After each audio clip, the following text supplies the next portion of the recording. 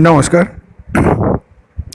তো আজকে আমরা মানে ঝড়ের আগে অবধি যেগুলো যতটা পড়াতে পেরেছিলাম এম লক্ষ্মীকান্ত বইয়ের থেকে সেন্টার স্টেট রিলেশনের মধ্যে অ্যাডমিনিস্ট্রেটিভ আর লেজিসলেটিভ রিলেশন কমপ্লিট হয়ে গেছিলো। এই ভিডিওটাতে আমরা ফিনান্সিয়াল রিলেশনশিপটা পড়াবো। এটা 6th এডিশনের বই, পেজ নাম্বার 333, চ্যাপ্টার নাম্বার 14। এবার তো যাই হোক, আপনার কাছে 5th এডিশন থাকলেও সেমই থাকবে, কিন্তু যেহেতু জিএসটিটা ইনক্লুড হয়ে গেছে এখন, তো এটাতে জিএসটিরও কিছু ইনফরমেশান এর মধ্যে আছে বলে 6th এডিশন থেকে পড়ানো হচ্ছে। যার কাছে 5th আছে কোনো ব্যাপার নেই, 6th ডাউনলোড করে নিয়ে সেখান থেকে একটু এক্সট্রা দেখে নেবেন। তো এখানে বলা হচ্ছে ফিনান্সিয়াল রিলেশনের আন্ডারে article 268 to 293 in part 12 of the constitution deal with centre state financial relations. তাহলে এই যে আর্টিকেলটা রয়েছে বা এই যে ব্যাপারটা রয়েছে, এটা কিন্তু একটু গুরুত্বপূর্ণ বিষয়। তো আমি চেষ্টা করছি যে এটাকে যদি একটু মার্ক ঠাক করা যায়, ফিনান্সিয়াল রিলেশনস। তো এই লাইনটা হচ্ছে ইম্পর্টেন্ট, সেই জন্য মার্ক করে দিলাম। তারপরে হচ্ছে অ্যালোকেশন অফ ট্যাক্সিং পাওয়ার্স, অর্থাৎ কাকে কি ক্ষমতা দেওয়া হয়েছে যাতে তারা ট্যাক্স লাগু করতে পারে বা ধার্য করতে পারে। The Parliament has exclusive power to levy taxes on subjects enumerated in the Union list. তো সপ্তম শিডিউলে সংবিধানের যে 3টে তালিকা আছে, সেখানে সেন্ট্রাল স্টেট এবং উভয়ে যে কাজ করতে পারে সে তালিকাটা আছে। ঠিক সেরকমভাবেই এই ইয়ের ক্ষেত্রেও, মানে অর্থনৈতিক ক্ষমতা বা ট্যাক্সিং পাওয়ারের ক্ষেত্রেও তালিকা আছে। তবে জিএসটি আসার আগে 3 নম্বর তালিকা ছিল না, মানে যুগ্ম তালিকা ছিল না। জিএসটি আসার পর যুগ্ম তালিকা হয়েছে, সেটা আমরা এখানে যতটা এগোবো তত বোঝা যাবে। তো পার্লামেন্ট যেগুলো ইউনিয়ন লিস্টে আছে সেটাই ট্যাক্স ধার্য করতে পারে, যেটা 13খানা নাম্বারে আছে, যে লেখাই আছে 13, হুইচ ইজ 13 ইজ নাম্বার। তো আমরা এটাকেও একটু মার্ক করে দিই যে parliament can levy taxes on 13 items. The state legislature has exclusive right power to levy taxes on subjects enumerated in the state list which are 18 in number. তার মানে রাজ্য 18টা বিষয়ে ট্যাক্স লাগাতে পারে। There are no tax entries in the concurrent list, যেহেতু concurrent list বা যুগ্ম তালিকা বলে কিছু ছিল না যেখানে উভয়ই ট্যাক্স লাগাতে পারে, এরকম ব্যাপার ছিল না, আলাদা আলাদা ভাগ ছিল। In other words the concurrent jurisdiction is not available with respect to tax legislation, ওই যেটা একটু আগেই বললাম। But the 101st Amendment Act of 2016 has made an exception by making a special provision with respect to goods and services tax. কিন্তু 101তম সংবিধান সংশোধন অনুসারে, তাহলে আমরা এটা মার্ক করে দিই, এটা কাজে দেবে। তো 101তম সংবিধান অনুসারে, মানে সংবিধান সংশোধন অনুসারে একটা কনকারেন্ট লিস্ট তৈরি করা হয়েছে, যেটা গুডস আর সার্ভিসেস, মানে গুডস মানে দ্রব্য, সার্ভিস মানে পরিষেবা। পরিষেবার মধ্যে আপনি যেমন ধরুন বাস পরিষেবা, ট্রেন পরিষেবা, আমি আপনাদের টিউশন দিচ্ছি, সেটাও একটা পরিষেবা। This amendment has conferred concurrent power upon parliament and state legislator to make laws governing goods and services tax. মানে জিএসটির ক্ষেত্রে কেন্দ্র এবং রাজ্য উভয়ই আইন বানাতে পারবে, এরকম একটা সুযোগ বা এরকম একটা এই কী বলে ব্যবস্থা এখানে এই ট্যাক্সের মাধ্যমে করার চেষ্টা করা হয়েছে। আচ্ছা, তো রেসিডুয়ারি পাওয়ার মানে কি, যে পাওয়ারটা, মানে যে ট্যাক্সের ক্ষেত্রে যে প্রভিশন, 13খানা কেন্দ্র সরকারকে ক্ষমতা, 18খানা রাজ্য সরকারকে প্রভিশন, যেখানে ট্যাক্স দিতে পারে এবং দুজনে মিলে করতে পারে জিএসটি। এছাড়া যদি ভবিষ্যতে কোনো কিছু ট্যাক্সের দরকার পড়ে বা ট্যাক্স করানোর বা ট্যাক্সি লাগানোর বা লাগু করার দরকার পড়ে, সেই ক্ষমতা কেন্দ্র সরকারের হাতে আছে, আমরা আগেই আলোচনা করেছি। রেসিডুয়ারি পাওয়ার অফ ট্যাক্সেশন, এই যে রেসিডুয়ারি কথাটার মানে কিন্তু অনেক বহুবার উল্লেখ আছে। রেসিডুয়ারি পাওয়ার অফ ট্যাক্সেশন, আচ্ছা আমরা দেখে নিই, একটু দাগ দিই। Power of taxation that is enumerated in the 3 list based in the parliament, অর্থাৎ পার্লামেন্টের কাছেই এই ক্ষমতাটা দেওয়া আছে। এবার এখানে এই বলাই আছে, under the provision the parliament has imposed gift tax, wealth tax and expenditure tax. এই 3 ধরনের ট্যাক্স মানে যেহেতু উল্লেখ ছিল না সংবিধানে, কিন্তু রেসিডুয়ারি বা অবশিষ্ট ক্ষমতার অধীনে অ্যাপ্লাই করেছে। তো এখানে যে কটা আছে আর্টিকেল খুব একটা লাগবে না, এইখানে একটা দুটো আর্টিকেল লাগবে যেগুলো পরে লাইন বাই লাইন লেখা আছে। তো সেক্ষেত্রে আমরা এগুলো আস্তে আস্তে পড়ি, তখন ওইগুলো বলে নিলেই হবে। যেমন the constitution also draws a distinction between the power to levy and collect tax, মানে সংবিধানে বলা হয়েছে যে ট্যাক্স লেভি মানে ট্যাক্স হচ্ছে কী বলে আরোপ করা, এবং কালেক্ট মানে সংগ্রহ করা। যেমন কীরকমভাবে হয়, যেমন এই যেমন দেখতেই পাচ্ছেন এখানে 1, 2, 3টে পয়েন্ট আছে।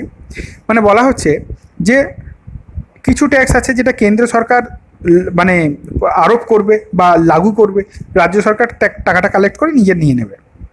কিছু ট্যাক্স আছে কেন্দ্র আরোপ করবে, কেন্দ্রই আদায় করবে ট্যাক্সটা, কিন্তু সেটা রাজ্যকে দিয়ে দেবে। কিছু ট্যাক্স আছে কেন্দ্র আরোপ করবে, কেন্দ্র কালেক্ট করবে, এবং কেন্দ্র রাজ্যের মধ্যে ভাগ হবে। তো এই 3 ধরনের ভাগের কথা এইখানেই বলা হচ্ছে।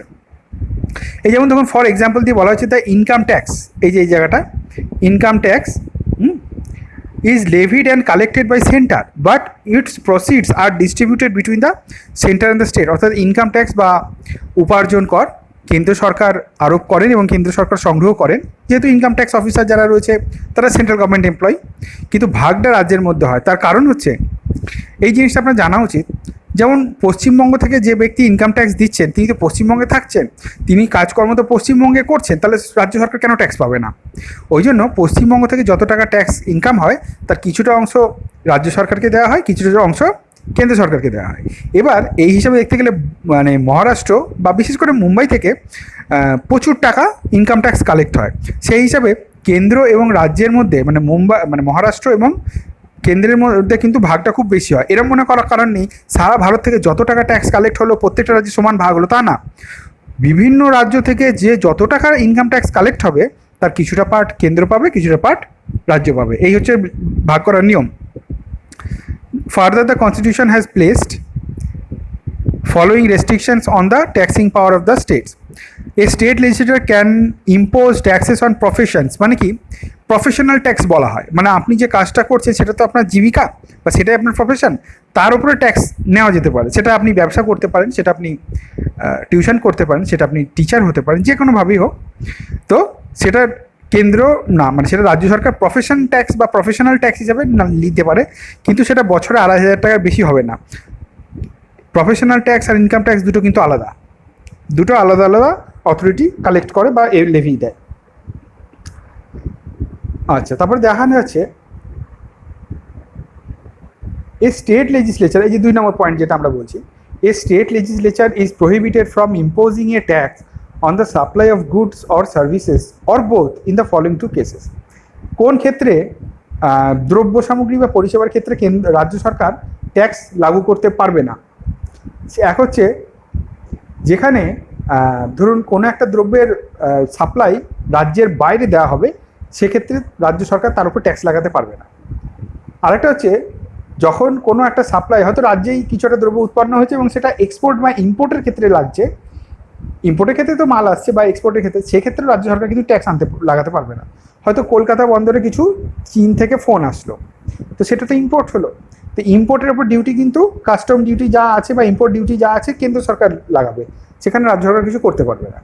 বা ধরুন পশ্চিমবঙ্গে 1 বস্তা আলু উৎপাদন হলো, সেটা যাবে হচ্ছে বিহারে, সেক্ষেত্রেও ট্যাক্স লাগাতে পারবে না, কারণ কি ওটা অন্য রাজ্যে যাচ্ছে। এই হচ্ছে ব্যাপার, এই দুটো এ আর বি তো এই জিনিসটা বলেছে। Further parliament is empowered to formulate the principles for determining when a supply of goods or services both takes place outside the state or in the course of import or export, এবং কোন ধরনের কাজগুলোকে export import বলা হবে বা ওই রাজ্যের বাইরে সাপ্লাই যাচ্ছে বলা হবে, সেটাও ডিটারমাইন করবে কে? কেন্দ্র। 3 নম্বর পয়েন্ট হচ্ছে a state legislature can impose tax on consumption or sale of electricity। এই ইলেকট্রিসিটি কিন্তু জিএসটির মধ্যে পড়ে না, মানে কনজামশন আর সেল অফ ইলেকট্রিসিটি জিএসটির মধ্যে পড়ে না। But no tax can be imposed on the consumption or sale of electricity which is, এই যেমন ধরুন আপনি বা আমি যে ইলেকট্রিসিটি ব্যবহার করছি তার জন্য রাজ্য সরকার ট্যাক্স লাগাতে পারে, কিন্তু রাজ্য সরকারও এই কিছু কিছু ক্ষেত্রে ট্যাক্স লাগাতে পারবে না। সেটা কোনটা? যেটা হচ্ছে যে ইলেকট্রিসিটিটা consume by centre or sold to the centre, মানে হচ্ছে রাজ্যের মধ্যে হয়তো কেন্দ্র সরকারের একটা অফিস আছে, যেমন নিজাম ভবন বা এরকম যেটা আছে কলকাতায়, কেন্দ্র সরকারের অফিস, তো সেইখানে যে ইলেকট্রিসিটি লাগবে সেটার দামটা হয়তো মানে কেন্দ্র সরকার দেবে, কিন্তু তার উপর ট্যাক্সটা রাজ্য সরকার লাগাতে পারবে না। এই হচ্ছে কনসেপ্ট। আর অপশান বিতে বলছে, এই যেমন বি, এখানটা কোথায় গেল, এই যে B, consuming the construction, maintenance or operation of any railway by center or by the concerned railway company or sold to the center or the railway company for the same purpose. এই যে কোনো জায়গায় railway line বানানো হলো বা rail চলছে, সেখানে যে ইলেকট্রিসিটি লাগছে, এবার সেই রেল যে ইলেকট্রিসিটিটা নেয় সেটাও তো কোনো না কোনো তাপবিদ্যুৎ কেন্দ্র থেকে বা কোনো না কোনো পাওয়ার হাউস থেকেই তো ট্রেনে কারেন্ট যায়, তো তার উপরেও ট্যাক্স লাগাতে পারবে না রাজ্য সরকার। এই হচ্ছে কনসেপ্ট।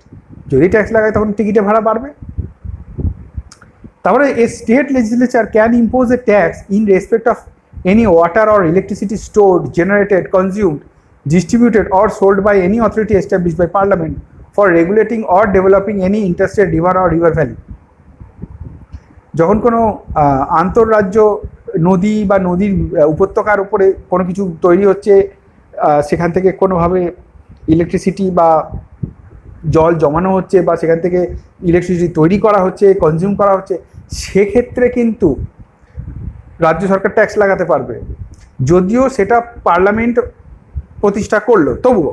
এই ক্ষেত্রে দেখুন, এগুলো তো বোঝার জন্য ঠিকই আছে, কিন্তু এত ডিটেলসে এত ভালোভাবে কেউ কোথাও এরকম পরীক্ষায় প্রশ্ন আসে না। ইভেন এই চ্যাপ্টারটা প্রায় ইগনোরই করা হয়, কিন্তু শেখার জন্য বা বোঝার জন্য আমি ভিডিওটা বানাচ্ছি, আর কিছু না।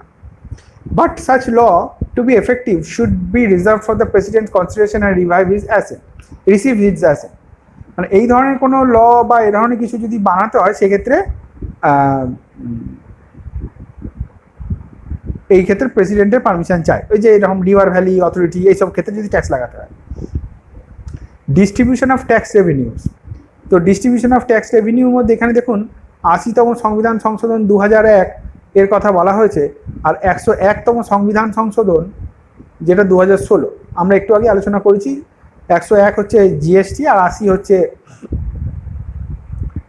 Recommendation of 10th finance commission. এই যেমন লেখা আছে 88th অ্যামেন্ডমেন্ট অ্যাক্ট। এবার আমি আপনাদের বলে দিই, এই 88th amendment act, 10th finance commission, এইসব না এখন পুরনো হয়ে গেছে। এই যেমন লেখা আছে না সেন্ট্রাল ট্যাক্সেস অ্যান্ড ডিউটিজ, মানে আমি ব্যাপারটা বলে দিই। এই যে যেমন 29%, এই যে জিনিসটা বলা আছে। 14th ফাইন্যান্স কমিশন, যার চেয়ারম্যান ছিলেন ওয়াইভি রেড্ডি। ওয়াইভি রেড্ডি কিন্তু একজন আরবিআইয়ের এক্স বা প্রাক্তন governor.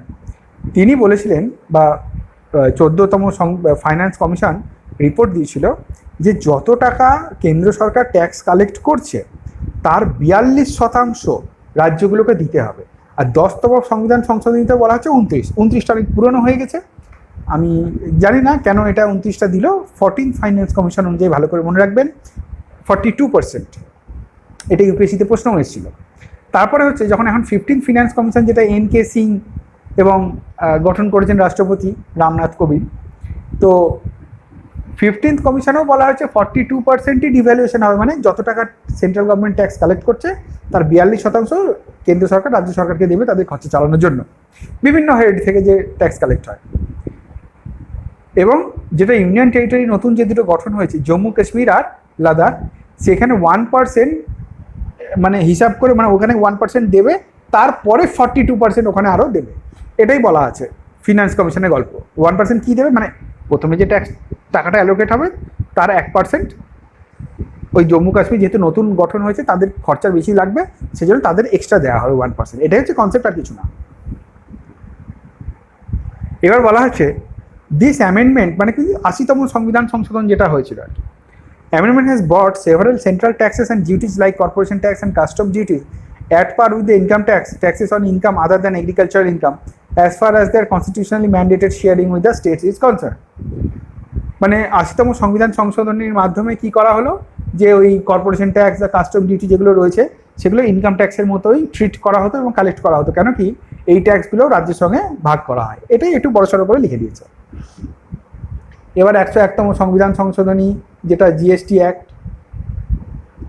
has paved the way for introduction of goods and services tax in the country. Accordingly, the amendment conferred concurrent taxing power upon parliament and state.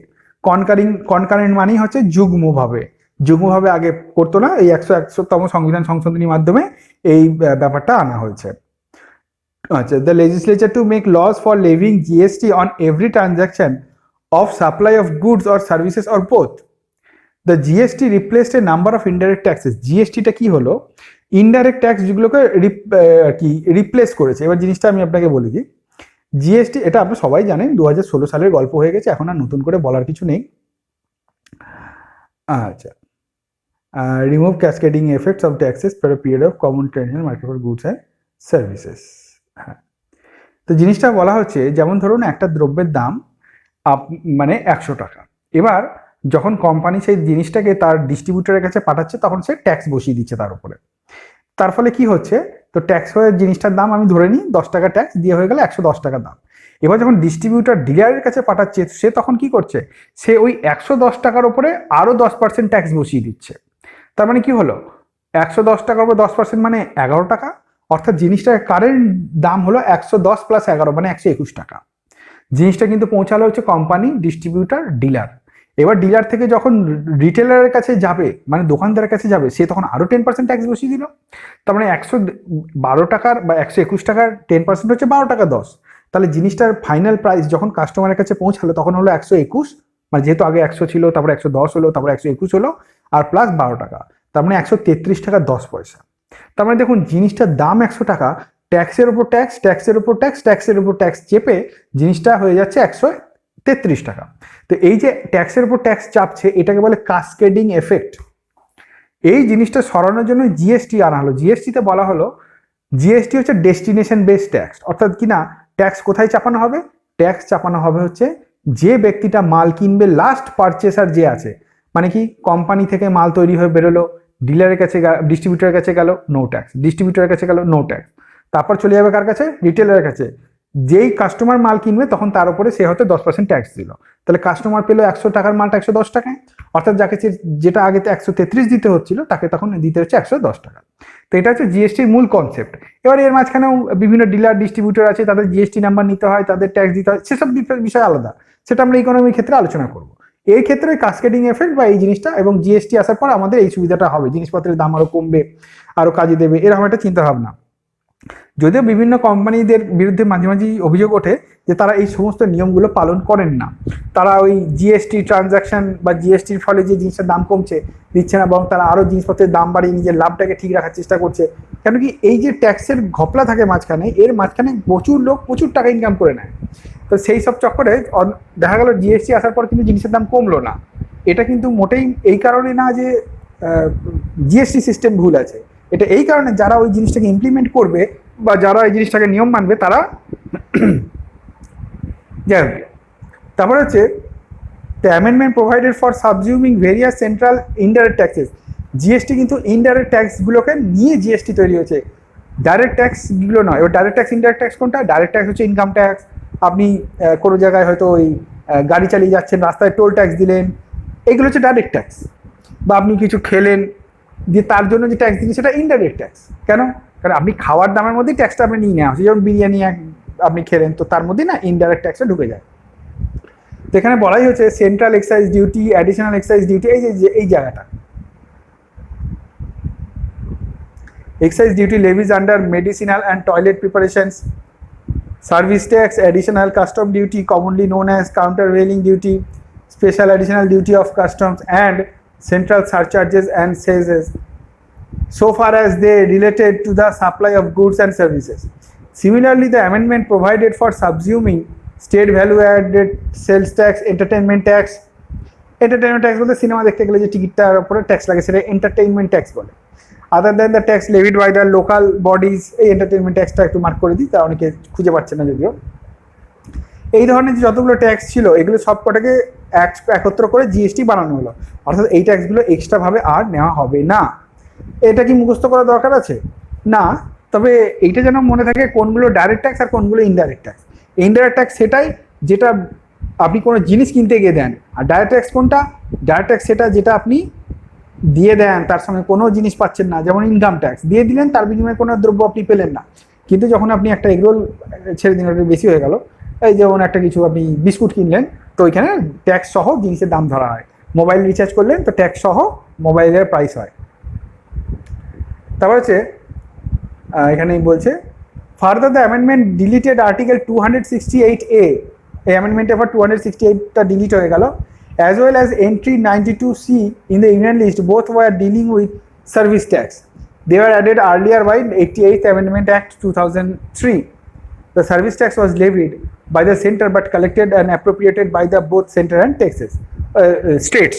মানে service ট্যাক্সটাও এর মধ্যে চলে এসেছে। After the above two amendments, RCR 101, the present position of the position with the respect to the distribution of tax revenues between the central and states as follows. ঠিক আছে, তো এই যে আমরা আজকে একটু বেশি বোঝানোর জন্য, তো এটা 336 নম্বর পেজ। তো আমরা না নেক্সট দিন এই পয়েন্ট এ থেকে আবার আমরা পড়তে শুরু করব, যতটা হবে। আজকে ভিডিওটা এই পর্যন্ত থাকলো, পরের দিন আবার আমরা শুরু করব। দেখার জন্য ধন্যবাদ ভিডিওটা, নমস্কার।